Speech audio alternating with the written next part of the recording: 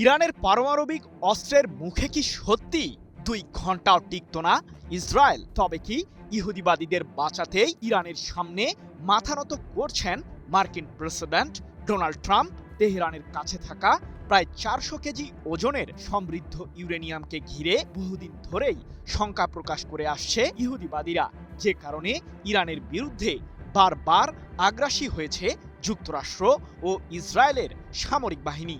যদিও ইরানের সামরিক শক্তির বিষয়টি টের পেয়ে এখন দেশটির সামনে মাথা নোয়াতে বাধ্য হয়েছেন ট্রাম্প। কিন্তু ইরানের পারমাণবিক কার্যক্রমের তখন ঠিক কি হবে?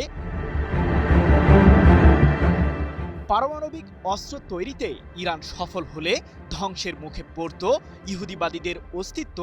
সম্প্রতি এমন মন্তব্যই করেছিলেন ইসরায়েলের প্রধানমন্ত্রী বেনিয়ামিন নেতানিয়াহু। তাই তো সাম্প্রতিক যুদ্ধে ইরানের পারমাণবিক কেন্দ্রগুলো ধ্বংসের মিশনে নেমে পড়ে যুক্তরাষ্ট্র ও ইসরায়েল। কিন্তু টানা 40 দিন যাবৎ ইরানের বিরুদ্ধে আগ্রাসন ছড়ানোর পরও নিজেদের লক্ষ্যে সফল হয়নি ইহুদিবাদীরা। উল্টো মধ্যপ্রাচ্যে থাকা যুক্তরাষ্ট্রের কমপক্ষে 21টি সামরিক ঘাঁটিকেই ধ্বংস করেছে ইরানের সামরিক বাহিনী। এদিকে জাতিসংঘের পরমাণু পর্যবেক্ষক সংস্থা IAEA এর দাবি, ইরানের কাছে থাকা বিপুল পরিমাণ সমৃদ্ধ ইউরেনিয়াম দিয়ে অন্তত 10টি পারমাণবিক অস্ত্র তৈরি করতে পারবে দেশটি। তেহরানের কাছে থাকা 60% মাত্রার সমৃদ্ধ ইউরেনিয়ামগুলোকে 90% উন্নীত করার পরই এমন উদ্যোগ নিতে পারবে ইরান। তাহলে এখন কি করবেন ট্রাম্প ও নেতানিয়াহু? ইরানের কাছে থাকা সমৃদ্ধ ইউরেনিয়ামগুলোকে ধ্বংস না করা পর্যন্ত দেশটির বিরুদ্ধে যুদ্ধ চলবেই। সম্প্রতি এমন আগ্রাসী মন্তব্য করেছিলেন নেতানিয়াহু। কিন্তু পারস্য উপসাগরীয় অঞ্চলে নিজেদের সামরিক বাহিনীর বেহাল দশার মাঝেই মার্কিন প্রেসিডেন্ট ট্রাম্প জানালেন ইরানের সাথে সমঝোতা করতে চলেছে যুক্তরাষ্ট্র। তবে এখানে ইসরায়েলের জন্য কি কোনো হতাশার বার্তা আছে? লেবাননের বিরুদ্ধে ইসরায়েলের ক্রমাগত হামলার বিষয়টিকে ঘিরে নেতানিয়াহুর তীব্র সমালোচনা করেছেন ট্রাম্প। হঠাৎ করেই নিজের ঘনিষ্ঠ বন্ধুকে ঘিরে মার্কিন শাসকের এমন অবস্থানে অবাক পশ্চিমারা। নেতানিয়াহু একজন কঠিন প্রকৃতির মানুষ, এমন মন্তব্য করে ট্রাম্প বলেছেন ইরানের সাথে সমঝোতা করার জন্য যুক্তরাষ্ট্রের প্রতি ইসরায়েলের কৃতজ্ঞ হওয়া উচিত। কারণ ইরানের কাছে যদি পারমাণবিক অস্ত্র থাকত তাহলে ইসরায়েল 2 ঘন্টাও টিকত না। 15 জুন এক প্রতিবেদনে বিষয়টি নিশ্চিত করেছে কাতার ভিত্তিক সংবাদ মাধ্যম আল জাজিরা। কিন্তু প্রশ্ন হলো, পারমাণবিক ইস্যুতে ইরানের সাথে কোন ধরনের চুক্তি করতে চলেছে যুক্তরাষ্ট্র? এতে কি ইসরায়েলের স্বার্থ রক্ষা করতে পারবে মার্কিন প্রশাসন?